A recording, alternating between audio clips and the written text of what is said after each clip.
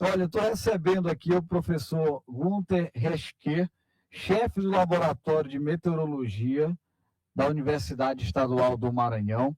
Eu já tive algumas oportunidades de entrevistar o professor Gunter, porque como repórter da TV Assembleia, nós já fomos diversas vezes, né, o núcleo lá de meteorologia da UEMA é fonte para todo mundo aqui, né, para todas as plataformas de comunicação, então a gente está sempre por lá pela universidade. Eu quero dar as boas-vindas ao professor Gunter. Tem graduação em meteorologia pela Universidade Federal do Pará, mestrado em meteorologia agrícola pela Universidade Federal de Viçosa, né? Atualmente é o chefe do Laboratório de Meteorologia do Núcleo Geoambiental da Universidade Estadual do Maranhão, coordenador do curso técnico em meteorologia na modalidade à distância, né? Tem vasta experiência nesse âmbito e vai bater um papo com a gente aqui agora sobre as condições climáticas, claro, especialmente a respeito do nosso querido Maranhão. Professor Gunter, muito bom dia ao senhor, seja bem-vindo aqui à programação ao vivo, você está ao vivo pela rádio e pela TV Assembleia. Bom dia a todos os telespectadores e ouvintes da Rádio Assembleia. E é uma honra sempre estar por aqui, né? Bater um papo, já que é a nossa função aqui, pelo menos dar informações a respeito das condições de tempo e clima aqui do estado do Maranhão. É isso, professor. Então, bora direto ao ponto aqui. O senhor tem uma amizade muito próxima com São Pedro, costuma nos dar as informações mais privilegiadas, né? Já vou até um pouco para falar. Nós temos uma expectativa aí de São Luís estar, na verdade, ser a capital mais chuvosa da região do Nordeste do Brasil para os próximos dias, né, talvez meses. Como é que ficam essas expectativas? O que a meteorologia tem falado a respeito aí desse comportamento do clima? Bom, ela já está sendo, né? Essas previsões já estão se confirmando. Para vocês terem uma ideia, até hoje, às 7 horas da manhã, já havia chovido aqui na capital 386 milímetros, o que representa cerca de 92% do que é esperado para o mês todo de março aqui na capital, que é na faixa de 452 milímetros. Ou seja, em resumo, para esse trimestre, março, abril e maio, sim, São Luís é a capital do Nordeste mais chuvosa para esse período. Tá? Que a gente espera que para esse trimestre que eu acabei de falar, março, abril, maio, chova na faixa de 1.200 milímetros. Isso pela média climatológica. Porém, esse valor ainda pode ser superado, como provavelmente março desse ano, 2025, será. Já que nós já estamos com 92% do esperado para o mês todo de março, somente hoje, que ainda são 19, né? 19 de março, então temos aí pelo menos mais 12 dias que com certeza irá ocorrer chuvas aqui na capital, superando esse valor dentro da média climatológica. Nessa região específica aí, professor, a expectativa que esse período chuvoso se estenda até quando? Dá para dar um panorama para a gente? Sim. Se a gente for ver, nós temos basicamente aqui no Maranhão 2 períodos, né? A estação que a gente chama estação seca, que ela se concentra basicamente isso com uma média de julho até setembro, obviamente porque no sul do estado do Maranhão as precipitações o período chuvoso inicia-se um pouco antes, né, do que aqui no setor norte, geralmente em outubro, e já aqui para o setor norte do Maranhão, somente lá para janeiro, fevereiro, tá? Já começa janeiro as chuvas, né? Em torno da média aqui na capital, ou que representa a região norte do estado, acima de 200 milímetros. Mas o quadrimestre, ou seja, os 4 meses mais chuvosos aqui para o setor norte, sim, incluindo aí São Luís, são os meses de fevereiro a maio. A partir de maio, a tendência dessa chuva começa a diminuir, chegando lá na faixa de uns 316 milímetros, essa é a média. Porém, 300 milímetros aqui é muita chuva ainda se a gente for comparar com o Nordeste como um todo. Já que tem, não digo capital, mas sertão nordestino aí, que ao ano, se chover 600 milímetros, o povo já está feliz da vida. É verdade. Né? E enquanto que aqui no Maranhão, a média, como o estado como um todo, é na faixa de 1.600 milímetros, sendo que para a região norte do estado, incluindo São Luís, nós superamos 2.000 milímetros. E já aquela região central, nós temos na faixa aí de 1.200, 1.100 milímetros. Então, veja bem como a distribuição. Poxa, mas a gente está falando apenas do estado do Maranhão. Mas o estado do Maranhão é comprido. Ele vai de praticamente 1 grau sul até 10 graus sul. Então, essa posição, vamos dizer, geográfica do Maranhão dentro do território brasileiro faz com que você tenha uma distribuição espacial das chuvas totalmente diferente. Aqui nós estamos banhados, bem aqui, ó, nós estamos no Oceano Atlântico próximo. Sim. Nós temos aqui uma umidade relativa do ar superior a 50% ao longo do ano todo. Mas quando você já vai para Balsas, por exemplo, quando você chega no mês de julho lá, a umidade relativa cai para menos de 30%. Tem épocas do ano ali que você chega a ter 14, 15% de umidade, quer dizer, praticamente zero de umidade, parece um deserto, parece aquela região de Brasília ali, da região central do Brasil. Então você vê que as condições de tempo e clima aqui no estado do Maranhão são bastante diversificadas. O setor norte você tem influência do oceano, você já vai para a região sul do estado, você já tem influência do Planalto Central, você já vai para leste, você tem influência do semiárido, você vai para oeste do estado, você tem influência da Amazônia.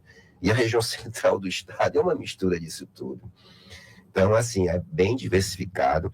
Além dos biomas, né, que nós temos aqui no estado. Nós temos o bioma amazônico, cerrado, sistema costeiro, né? Você tem uns ecossistemas manguezais, você tem quantos manguezais aqui que representa? Praticamente 50% do país só de mangue. Então, quer dizer, você tem uma diversidade fantástica, né? E você está bem na divisa, né, entre a região norte e a região nordeste. E ainda tem o sul que pega ali aquela região central. Não é fácil, mas isso já faz parte dos de estudo, né? Nós já estamos aqui em 1996, quando foi de meteorologia e recursos hídricos. Você chegou na implantação do núcleo, professor? Na implantação.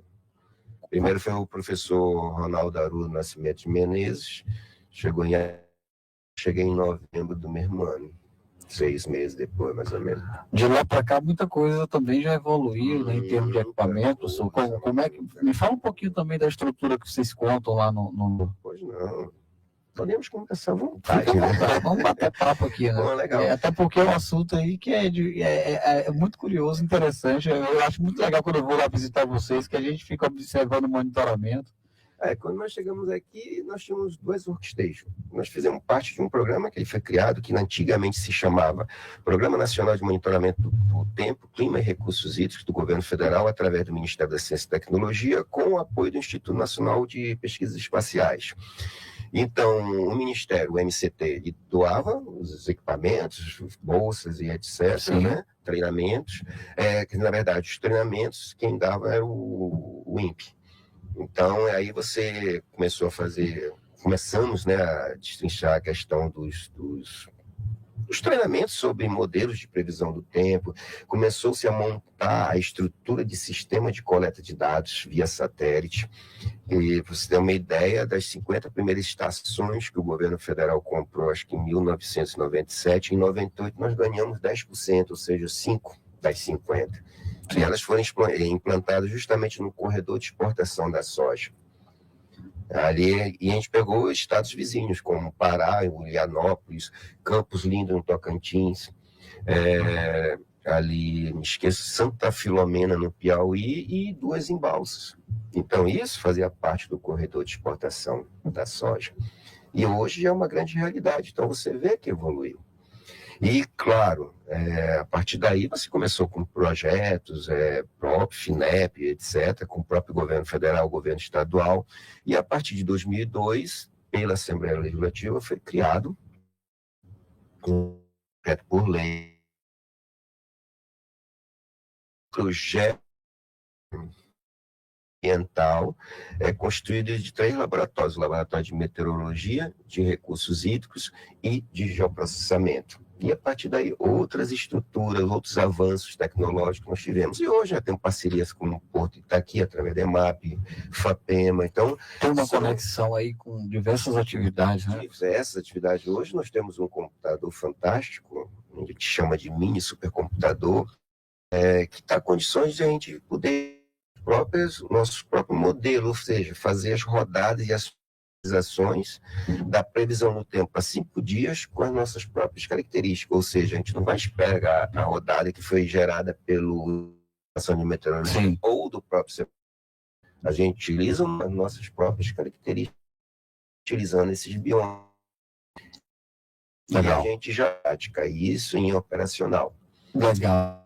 Esse é um trabalho muito bacana mesmo, só quem já passou por lá, né, consegue observar também em termos de tecnologia, né, o que vocês têm lá à disposição. Ela precisa até fazer esse reconhecimento à Universidade Estadual do Maranhão como um todo, né, envolvido diretamente em diversos projetos, avanços, né, claro que estão com o desenvolvimento. Os avanços, criação do curso de meteorologia que iniciou-se desde o ano. Começou no ano passado. Turma. Já tem turma rodando. Já temos a própria Universidade Estadual do Maranhão, também já tem um curso de meio aqui na capital. Funciona aqui, né? E quem sabe mais para frente, já o interior do estado está avançando, né? A gente tem observado aí que a UEMA tem aberto aí diversos cursos aí para outras regiões do estado. Professor, voltando a falar em chuva, esse período, né, a gente costuma dizer, esse aqui é o período chuvoso. Às vezes muda um pouquinho, né? Às vezes a gente está num lugar e diz, rapaz, esse ano parece que vai chover o ano inteiro. Aí, tem muito disso, né? Vai mudando um pouquinho. Quais são os fatores que influenciam nessa alteração de período aí chuvoso? Olha, dentro da média climatológica, ou dentro das normais climatológicas, a gente sempre pega, para fazer a climatologia, você pega uma série de dados de pelo menos 30 anos. Sim.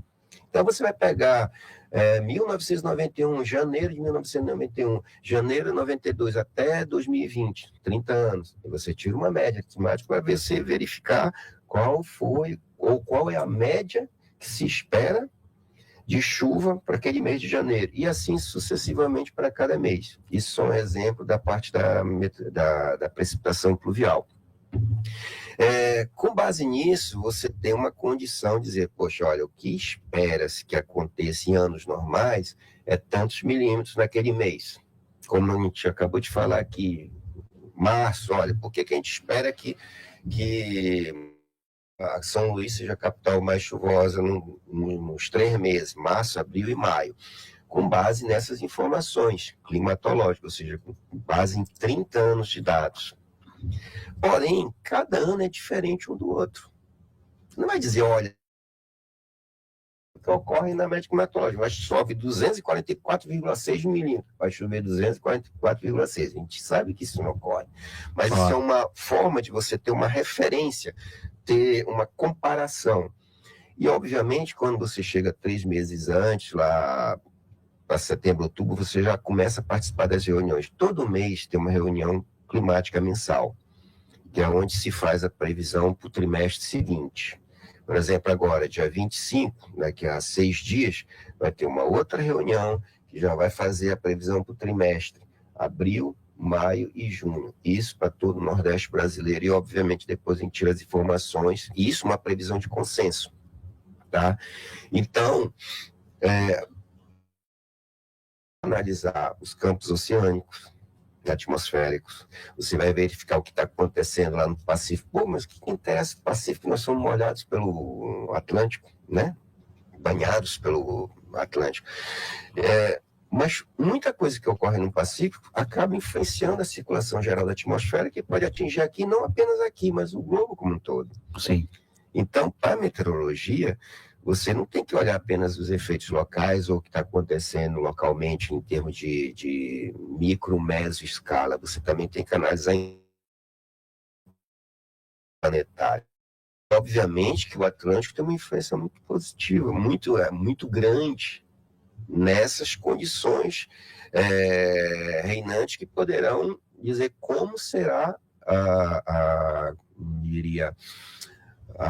a qualidade desse período chuvoso agora, por exemplo, para 2025. Então, é com base nessas informações, nesses cálculos, nessas previsões, que você chega a uma tendência de, nosso ano 2025, a tendência é de que as chuvas fiquem de normal, na categoria de normal acima.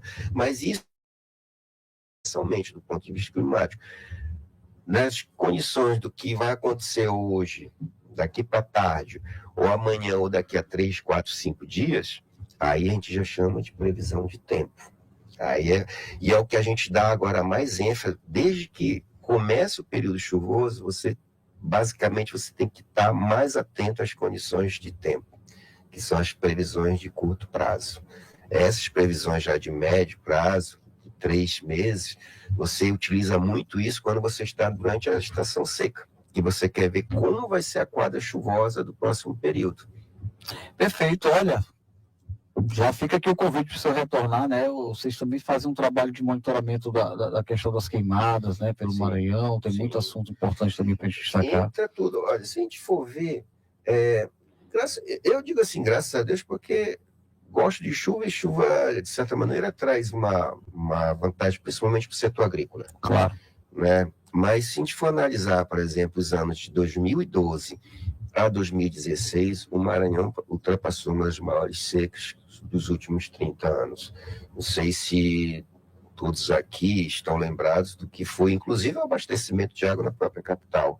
Mas 2012, só para você ter uma ideia, na capital, que chove 2.200 milímetros ao longo do ano todo, choveu 995 milímetros em 2012.